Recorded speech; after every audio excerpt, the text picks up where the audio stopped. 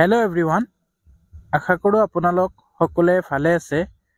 আজি আপোনালোকৰ পৰীক্ষাৰ কাৰণে কেইটামান অতিকৈ গুৰুত্বপূৰ্ণ প্ৰশ্ন উত্তৰ লৈ আহিছো আপোনালোকৰ মাজত। ভিডিঅ'টো স্কিপ নকৰাকৈ চাব, আপোনালোকৰ পৰীক্ষাৰ কাৰণে খুবেই সহায় হ'ব। আৰু আপোনালোক সকলোকে এটাই অনুৰোধ, আপোনালোক যদি ভিডিঅ'টো প্ৰথম চাই আছে তেতিয়াহ'লে পেজটো ফলো কৰি ল'ব, লগতে ভিডিঅ' এটা শ্বেয়াৰ কৰি দিব। অনুগ্ৰহ কৰি সকলোৱে এটা শ্বেয়াৰ কৰি যাব ভিডিঅ'টো। আজিৰ এই কোৱেশ্চন কেইটা খুবেই দৰকাৰী হয়। এনেকুৱা কোৱেশ্চন পৰীক্ষাত দিয়া দেখা যায়, সো মনত ৰাখিবলৈ যত্ন কৰিব। সো আহক কি কি কোৱেশ্চন আছে আমি আলোচনা কৰোঁ। ফাৰ্ষ্ট কোৱেশ্চন আছে, the three temples Shivadol, the Vaishnavdol and the Devidol are situated at which place in Assam? Shivadol, Vishnudol আৰু দেৱীদৌল অসমৰ কোনখন ঠাইত অৱস্থিত? কোনখন ঠাইত অৱস্থিত? এনসাৰ হ'ব শিৱসাগৰত। কুৱেশ্যন নম্বৰ 2 আছে, which temple is situated on the hill Bhasmachala? Bhasmachal পাহাৰত কি মন্দিৰ অৱস্থিত? মই অপশ্যন কেইটা পঢ়ি নিদিওঁ, আপোনালোকে পঢ়ি ল'ব অপশ্যন কেইটা।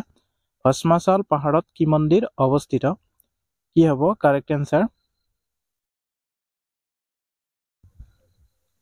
ইয়াৰে কাৰেক্ট এনসাৰ হ'ব অপশ্যন নম্বৰ 4, উমানন্দ। মনত ৰাখিব, which temple is situated on the hill Bhasmachala? Bhasmachal পাহাৰত কি মন্দিৰ অৱস্থিত? উমানন্দ মন্দিৰ অৱস্থিত, মনত ৰাখিব। কুৱেশ্যন নম্বৰ 3 আছে, oak tasar was introduced in Assam in the year ডেছ? ডেছ চনত অসমত ওক গছৰ সন্ধান পোৱা গৈছিল? ডেছ চনত অসমত ওক গছৰ সন্ধান পোৱা গৈছিল? কি হ'ব কাৰেক্ট এনসাৰ? ইয়াৰে কাৰেক্ট এনসাৰ হ'ব অপশ্যন নম্বৰ 2, 1972 চনত। মনত ৰাখিব, 1972 চনত অসমত ওক গছৰ সন্ধান পোৱা গৈছে। কুৱেশ্যন নম্বৰ 4 আছে, ডেছ from a cultural constituent of the women of Assam? ডেছে অসমৰ মহিলাসকলৰ বাবে এক সাংস্কৃতিক উপাদানৰ সৃষ্টি কৰিছে? ডেছে অসমৰ মহিলাসকলৰ বাবে এক সাংস্কৃতিক উপাদানৰ সৃষ্টি কৰিছে? কি হ'ব? ইয়াৰে অপশ্যন কেইটা দিয়া আছে, কি হ'ব কাৰেক্ট এনসাৰ? ইয়াৰে কাৰেক্ট এনসাৰ হ'ব অপশ্যন নম্বৰ 3, হেণ্ডলুম ৱেভিং। মনত ৰাখিব, হেণ্ডলুম ৱেভিং কাৰেক্ট এনসাৰ হ'ব। Question number 5, Orang national park got its recognization by the government in the year? Orang ৰাষ্ট্ৰীয় উদ্যানখনে ভাৰত চৰকাৰৰ দ্বাৰা স্বীকৃতি পাইছিল? ওৰাং ৰাষ্ট্ৰীয় উদ্যানখনে ভাৰত চৰকাৰৰ দ্বাৰা কেতিয়া স্বীকৃতি পাইছিল? কি হ'ব কাৰেক্ট এনসাৰ? ওৰাং ৰাষ্ট্ৰীয় উদ্যানখনে ভাৰত চৰকাৰৰ দ্বাৰা কেতিয়া স্বীকৃতি পাইছিল, বা কি হ'ব কাৰেক্ট এনসাৰ? অপশ্যন নম্বৰ 1 হ'ব কাৰেক্ট এনসাৰ, 1999 চনত। 1999 চনত কি পাইছিল? ওৰাং ৰাষ্ট্ৰীয় উদ্যানে ভাৰত চৰকাৰৰ দ্বাৰা স্বীকৃতি পাইছিল। Question number 6, Kaziranga national park has a কভাৰ্ছ area of? Kaziranga ৰাষ্ট্ৰীয় উদ্যানখনৰ মুঠ মাটিকালি হ'ল? বহুত ইম্পৰ্টেণ্ট হয়, আহিব পাৰে কুৱেশ্যনটো পৰীক্ষাত, সো মনত ৰাখিব।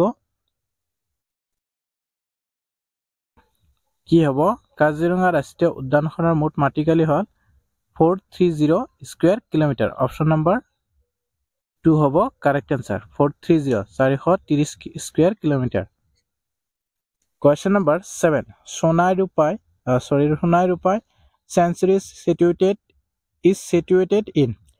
সোণাই ৰূপাই অভয়াৰণ্যখন ডেছত অৱস্থিত?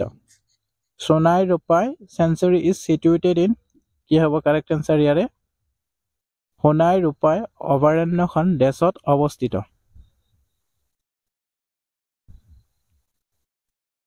অপশ্যন নম্বৰ 2 হ'ব correct answer, Sonitpur district. Sonai Rupai অভয়াৰণ্যখন শোণিতপুৰ ডিষ্ট্ৰিক্ট অৱস্থিত, মনত ৰাখিব। Question number 8, what makes the Manas national park so' famous? তলৰ কোনবিধ প্ৰাণীৰ বাবে মানস অভয়াৰণ্য বিখ্যাত মনত ৰাখিব তলৰ কোনবিধ প্ৰাণীৰ বাবে মানস অভয়াৰণ্য বিখ্যাত ইয়াৰে কাৰেক্ট আনসাৰ কি হ'ব ইয়াৰে কাৰেক্ট আনসাৰ হ'ব অপচন নম্বৰ 4 টাইগাৰৰ কাৰণে কি টাইগাৰ প্ৰাণীৰ বাবে বিখ্যাত হল মানস অভয়াৰণ্য মনত ৰাখিব Question number 9 Pavitra Sanctuary got its recognition in the year Pavitra অভয়াৰণ্যই দেশ চনত ৰাষ্ট্ৰীয় স্বীকৃতি লাভ কৰিছিল বহুত ইম্পৰ্টেন্ট হয় মনত ৰাখিব আহিব পাৰে ইয়াৰে কাৰেক্ট আনসাৰ হ'ব পবিতৰা অভয়াৰণ্য দেশ চনত ৰাষ্ট্ৰীয় স্বীকৃতি পাইছিল অপচন নম্বৰ 2 হ'ব কাৰেক্ট আনসাৰ 1987 চনত মনত ৰাখিব 1987 চনত Question number 10 Manas National Park got its recognition by the government in the year মানস ৰাষ্ট্ৰীয় উদ্যানে দেশ চনত ৰাষ্ট্ৰীয় স্বীকৃতি লাভ কৰিছিল অনুগ্ৰহ কৰি আপোনালোক সকলে ভিডিওটো এটাকৈ শেয়াৰ কৰি যাব আপোনালোকক এটাই অনুৰোধ আপোনালোকে ভিডিওটো শেয়াৰ কৰিব আৰু পেজটো যদি ফলো কৰা নাই ফলো কৰি লব কি হ'ব ইয়াৰে কাৰেক্ট আনসাৰ অপচন নম্বৰ 2 হ'ব কাৰেক্ট আনসাৰ 1990 মানস ৰাষ্ট্ৰীয় উদ্যান 1990 চনত ৰাষ্ট্ৰীয় স্বীকৃতি লাভ কৰিছিল Question number 11 Which of the following is recognized as the state flower of Assam তলৰ কোনবিধ ফুলক অসমৰ ৰাজ্যিক ফুল হিচাপে স্বীকৃতি দিয়া হৈছে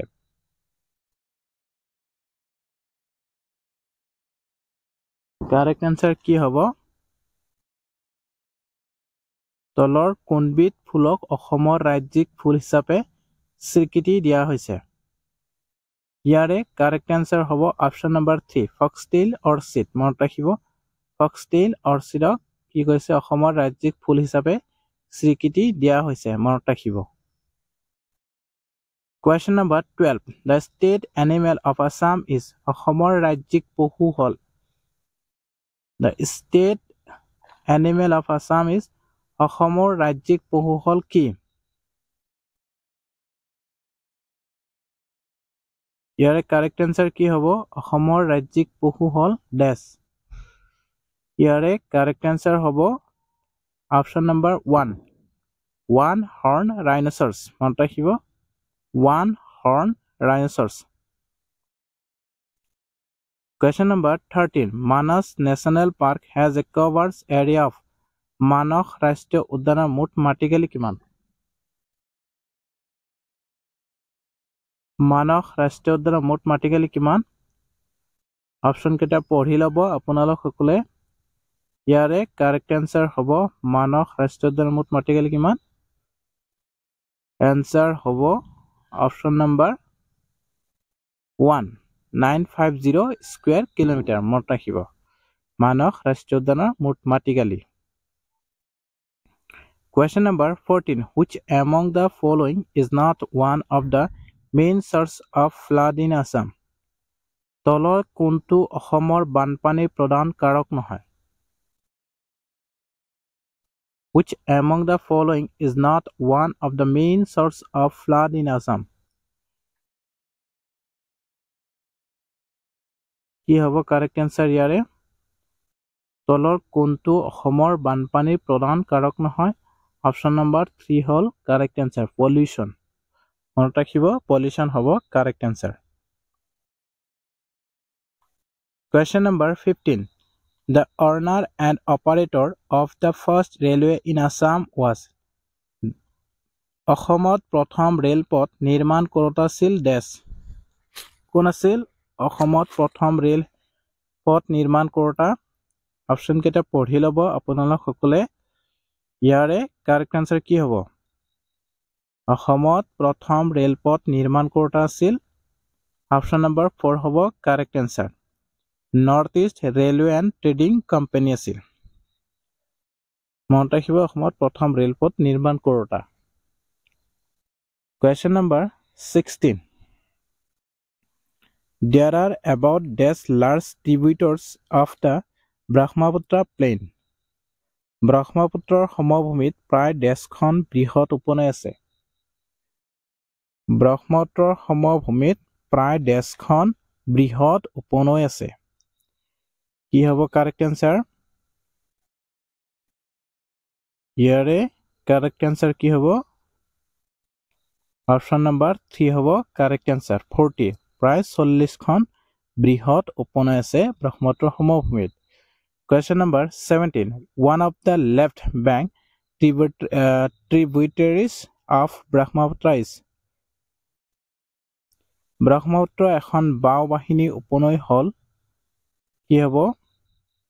ব্ৰহ্মপুত্ৰ এখন বাও বাহিনী উপনৈ হল ডেছ। ইয়াৰে কাৰেক্ট এনসাৰ কি হ'ব? ইয়াৰে কাৰেক্ট এনসাৰ হ'ব অপশন নাম্বাৰ 4 ধনচিৰি। মনত ৰাখিব ধনশিৰি হল অসম ব্ৰহ্মপুত্ৰৰ কি বাও বাহিনী উপনৈ। Question number 18. What among the following is a cause of soil erosion in Assam? তলৰ কোনটো অসমৰ ভূমিক্ষয়ৰ প্ৰধান কাৰক? তলৰ কোনটো অসমৰ ভূমিক্ষয়ৰ প্ৰধান কাৰক? অপশন কেইটা পঢ়ি ল'ব আপোনালোকে। What among the following is a cause of soil erosion in Assam?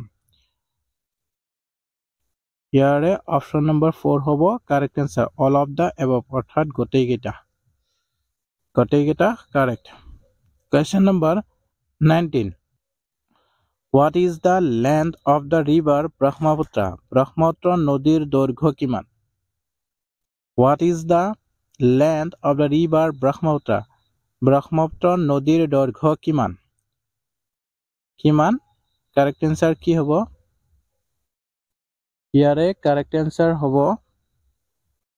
Option number 4 2900 kilometre 2900 kilometre মনত ৰাখিব ইয়াৰে কাৰেক্ট এনসাৰ হ'ব। Question number 20 last question. The shipping service was introduced in Assam in the year. অসমত নৌ সেৱা আৰম্ভ হৈছিল ডেছ চনত? আৰম্ভ হৈছিল কেতিয়া? অসমত নৌ সেৱা কেতিয়া আৰম্ভ হৈছিল? অপশন কেইটা পঢ়ি ল'ব। অসমত নৌ সেৱা কেতিয়া আৰম্ভ হৈছিল? অসমত নৌ সেৱা অপশন নম্বৰ 2 হ'ব কাৰেক্ট এনসাৰ 1883 চনত অসমত নৌ সেৱা আৰম্ভ হৈছিল। সো আজি 20টা কোৱেশ্চন আলোচনা কৰিলো। ভিডিঅ'টো চাই